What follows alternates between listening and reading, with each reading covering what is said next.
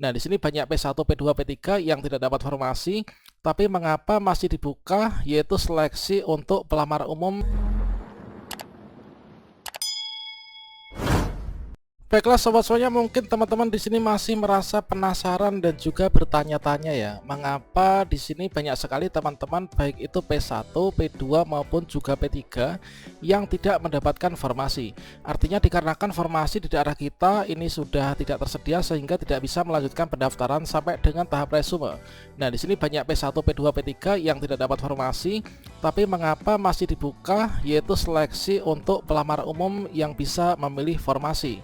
Nah, pada video ini kita akan berbagi update informasi sekaligus juga menjawab pertanyaan teman-teman di kolom komentar pada video sebelumnya, yaitu penyebab banyak P1, P2, P3 yang tanpa formasi, namun di sini masih dibuka untuk formasi pelamar umum. Bagaimanakah informasinya? Silahkan simak video ini sampai selesai. Namun sebelum kita lanjutkan, perlu saya ingatkan, bagi teman-teman yang mungkin baru pertama kali menemukan channel ini, silakan klik tombol subscribe-nya dan aktifkan notifikasi loncengnya, sehingga nanti jika ada update video terbaru, teman-teman tidak akan ketinggalan informasi. Baiklah sobat-sobatnya, untuk penyebabnya itu ternyata ada dua teman-teman setelah kita telaah, yaitu yang pertama, mengapa di sini banyak sekali teman-teman P1, P2, P3 yang tidak dapat formasi namun masih membuka formasi untuk pelamar umum.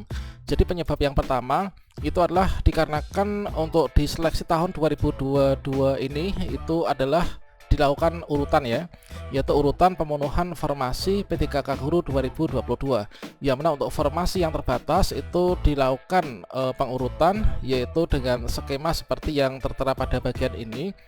Seperti yang kita ketahui bahwa untuk proses pendaftaran P3K Guru 2022 di sini teman-teman setelah masuk login ke akun SSCASN, kemudian di sini dilakukan validasi data kependudukan dan juga difiltering dengan sistem Dapodik, maka ditentukanlah mana yang P1, mana yang P2, mana yang P3, dan juga mana yang pelamar umum.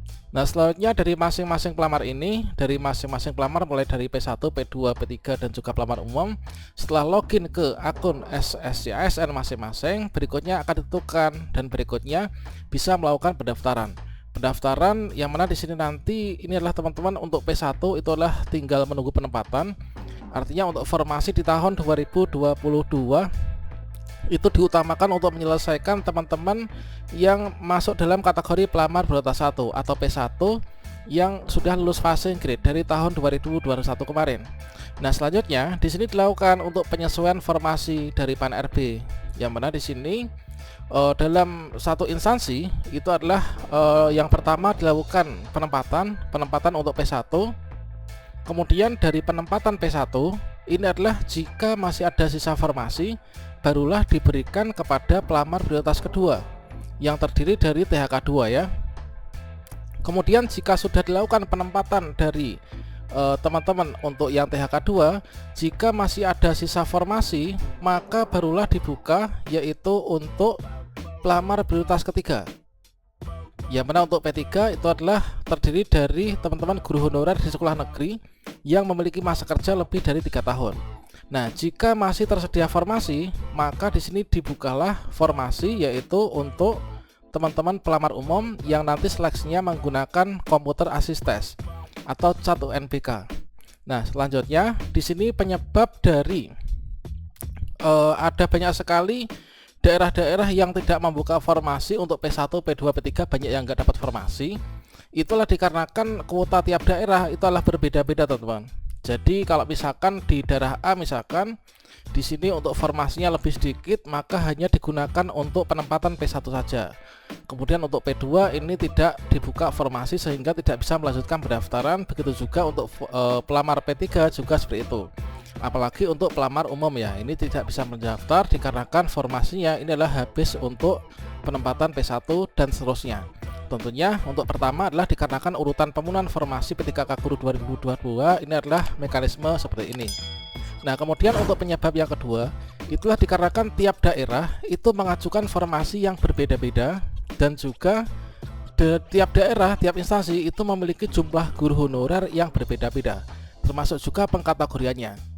Jumlah dari P1, P2, P3, dan juga pelamar umum itu berbeda-beda satu daerah dengan yang lainnya. Tentunya kalau misalkan disesuaikan dengan formasi yang dibuka di masing-masing daerah, itu satu daerah dengan yang lain tidak sama. sehingga ada yang di suatu daerah itu membuka formasi untuk pelamar umum, ada juga yang formasinya habis untuk penempatan P1 saja. Nah, seperti yang teman-teman bisa lihat pada grafik di sini ya. Nah, di sini ada diagram yang mana dipetakan masing-masing provinsi. Nah, masing-masing provinsi misalkan di sini adalah Provinsi Maluku, kondisi untuk formasi dan juga pemenuhan formasinya tentunya berbeda dengan Provinsi Lampung, kemudian berbeda dengan NTT, kemudian berbeda dengan Jambi dan lain sebagainya. Nah, di sini dikategorikan yaitu ada yang daerah masuk sangat aman ya. Jadi untuk daerah-daerah di sini yang masuk dalam kategori aman, misalkan di Provinsi Maluku ini ada 9 instansi yang masuk sangat aman ya. Artinya yang hijau ini 9 ini adalah di sana tuh sisa formasi itu jauh lebih besar dibandingkan dengan guru yang sudah lulus passing grade. Nah, ini ada 98 instansi, inilah 19% ya. Artinya untuk daerah-daerah yang seperti ini tentunya untuk yang passing grade untuk penempatan P1 itu sisa formasinya masih banyak, sehingga masih membuka formasi untuk P2, juga masih membuka formasi untuk yang P3, dan juga masih membuka formasi itulah untuk pelamar umum. Nah, tentunya di sini untuk daerah-daerah yang sangat aman ya. Kemudian untuk daerah misalkan yang sangat tidak aman ini teman. Nah, daerah yang sangat tidak aman ini adalah manakala di sini adalah yang ditunjukkan dengan warna merah gelap ya. Ini adalah jika sisa formasi itu jauh lebih kecil dibandingkan dengan guru yang sudah lulus passing grade. Artinya untuk penempatan guru-guru yang sudah lulus passing grade saja, untuk penempatan P1 saja ini kurang. Nah, sehingga di sini untuk penempatan P1 saja kurang, maka di sini tidak dibuka untuk pembukaan pendaftaran P2, untuk P3 juga tidak dibuka, juga untuk pelamar umum ini juga tidak dibuka dikarenakan sudah habis untuk penempatan P1.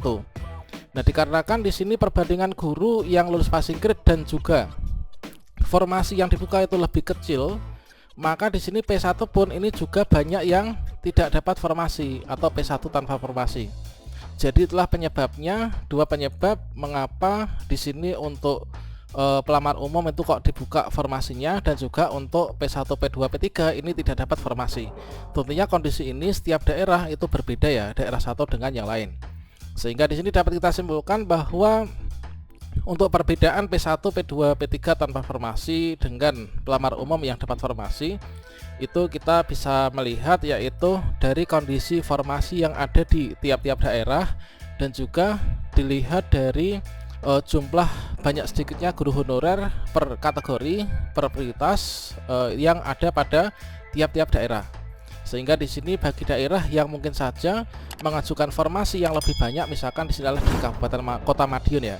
Misalkan mengajukan formasi yang lebih banyak daripada guru yang sudah lulus passing grade, maka di sini dibandingkan juga dengan jumlah P2, P3 yang sangat minim, maka di sini dibuka masih banyak sekali yaitu untuk pelamar umumnya. Tentunya untuk kondisi banyak sedikitnya pelamar umum yang dibuka, formasi umum dibuka itulah berbeda ya satu dengan yang lainnya.